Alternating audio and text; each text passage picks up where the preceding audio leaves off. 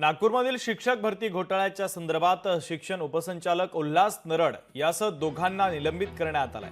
आरोपींच्या अटकेच्या 15 दिवसानंतर निलंबनाचे आदेश निघालेले आहेत। तर बोगस मुख्याध्यापक भरती शालार्य आयडी घोटाळ्यातील आरोपी शिक्षण उपसंचालक उल्हास नरड आणि माध्यमिक शिक्षण विभागाचे अधीक्षक निलेश मेश्राम यांच्यावर निलंबनाची कारवाई करण्यात आली। उपसंचालक कार्यालयातील शिक्षण उपनिरीक्षक संजय बोताडकरलाही निलंबित करण्याचे आदेश काढण्यात आले।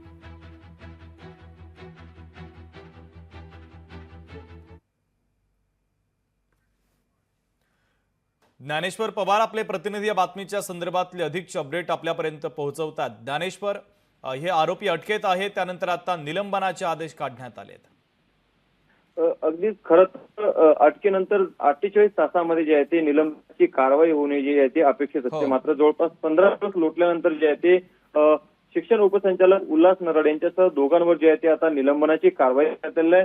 त्यांना सुरुवातीला पोलीस कोठडी सुनावण्यात आलेली होती, त्यानंतर सायबर पोलिसांनी देखील काही तपासासाठी यांना ताब्यात घेतलं होतं। आता सध्याला जे आहे ते न्यायालयीन कोठडीमध्ये जे आहे ते सर्व कोट्यवधीचा जो आहे हा नागपूर विभागामध्ये जे आहे ते शिक्षण शालाचा घोटाळा झाला आणि यामध्ये आता ईडीने देखील यासाठी जे आहे ते डॉक्युमेंट जे आहे ते पोलीस आयुक्तांना मागितलेलं। मात्र एकूणच सुरुवातीपासूनच जेव्हापासून या संशयित आरोपींना अटक झालेली होती तेव्हापासून त्यांच्यावर निलंबनाची कारवाई कधी होणार अशी ते मागणी होत होती आणि एकूणच आपण पाहायला गेलं तर जवळपास 15 दिवसाच्या नंतर का असो आता सध्याला जे आहे ते यामध्ये निलंबनाची कारवाई जी आहे ते झाली आहे आणि यांच्या जे आहे ते अतिरिक्त जे प्रभार आहेत ते जे आहे ते इतर अधिकाऱ्यांना जे आहे ते एकूणच देण्यात आले। त्यामुळे अजूनही या शिक्षण शालार्थ आयडी घोटाळ्यामध्ये जे आहे ते अजून काही नवीन अपडेट समोर येते का हे देखील पाहणं अत्यंत महत्त्वाचं आहे। ज्ञानेश्वर, अत्यंत महत्त्वाचे अपडेट या बातमीच्या संदर्भातले तुम्ही पोहोचवलेले आहेत।